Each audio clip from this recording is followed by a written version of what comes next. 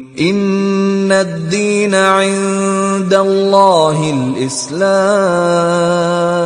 Subscribe to Islam and science. ناظرین اکرام، السلام علیکم ورحمۃ اللہ وبرکاتہ۔ دوستو، آج ہم بات کرنے والے ہیں سوتی کا لباس اور جدید science, cotton dress and modern science. آج ہمیں یہ دیکھنا ہے کہ سوتی لباس کے بارے میں اسلام میں کیا حکم ہے، اور اسلام نے کیسا اور کتنا اسے پسند کیا ہے، اور آج کی سائنسی دنیا اس پہ کیا کہتی ہے۔ سب سے پہلے ہم یہ دیکھتے ہیں کہ اسلام میں سوتی کا لباس کتنا پسندیدہ ہے۔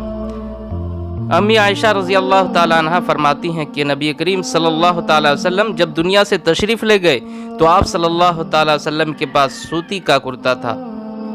ابو یعلا سیرت جلد نمبر 7 صفحہ نمبر 148۔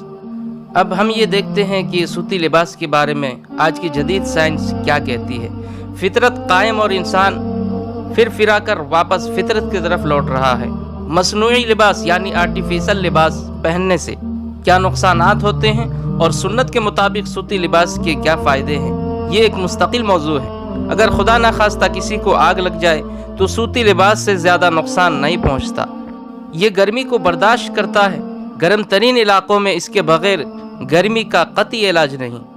جس بدن پر سوتی لباس ہوگا وہ بدن بہت کم جلدی امراض کا شکار ہوگا، یعنی اسکن ڈیسیزز کی بیماری کا بہت کم ان کو سامنا کرنا پڑے گا، کیونکہ پولیسٹر اور مصنوعی نائلونی دھاگے سے تیار لباس جسم کی رگڑ سے گرم ترین ہو جاتا ہے، اور اس کی حرارت جسم کی حرارت سے بڑھ کر جلدی امراض کا باعث بنتا ہے، یعنی چمڑے کا مرض کا باعث بنتا ہے۔